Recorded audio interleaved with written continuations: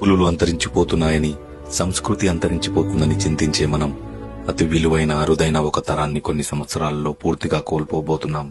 మన మూలాలు పల్లెలే అని, ఉన్న ఊరికి ఏదో చేయాలని భావించి ఆ తరం కోల్పోయి ఏముందులే డడ్డీ విలేజ్ లో అనుకునే కొత్త తరం వైపు అడుగులు వేస్తున్నాం. ఒక చీర, చొక్కా, పంచ 10 ఫంక్షన్లో వేసుకుని ఎవరినీ జడ్జ్ చేయని అమాయక తరం వదులుకొని ప్రతి ఒకేషన్ లో అవసరం లేకపోయినా కొత్త డ్రెస్సులు కొనుక్కునే నవతరాన్ని ఆహ్వానిస్తున్నాం. గొడుగులు, బిందెలు, ఆఖరికి చెప్పులు పాడైనా బాగు చేసుకునే తత్వం తెలిసిన తరాన్ని వెళ్లిపోయి ఒక్కసారి నొక్కి పని చేయకపోతే కొత్తది కొనుక్కునే బలుపు తరాన్ని రమ్మంటున్నాం.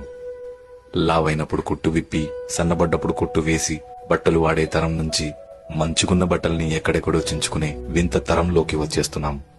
డబ్బులంటే సంతోషమని, కుటుంబం అంటే బాధ్యతని భావించే మంచి తరం వెళ్లిపోయి పిల్లలంటే ఖర్చని, భాగస్వామి అంటే భారమని భావించే తరానికి నాంది పలుకుతున్నాం.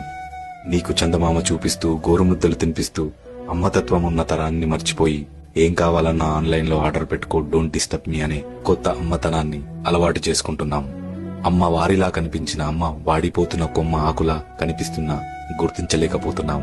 నలుదిక్కులు శాసించిన నాన్న ఒక మూల కూర్చొని దిక్కులు చూస్తున్నాడని గ్రహించలేకపోతున్నాం. వీరు అందించిన విలువలు, వీరు పంచిన ప్రేమలు మరో తరానికి అందిద్దాం. అంతరిస్తున్న తరాన్ని రాబోయే తరంతో జోడిద్దాం. ఇట్లు మీ రాముకాక.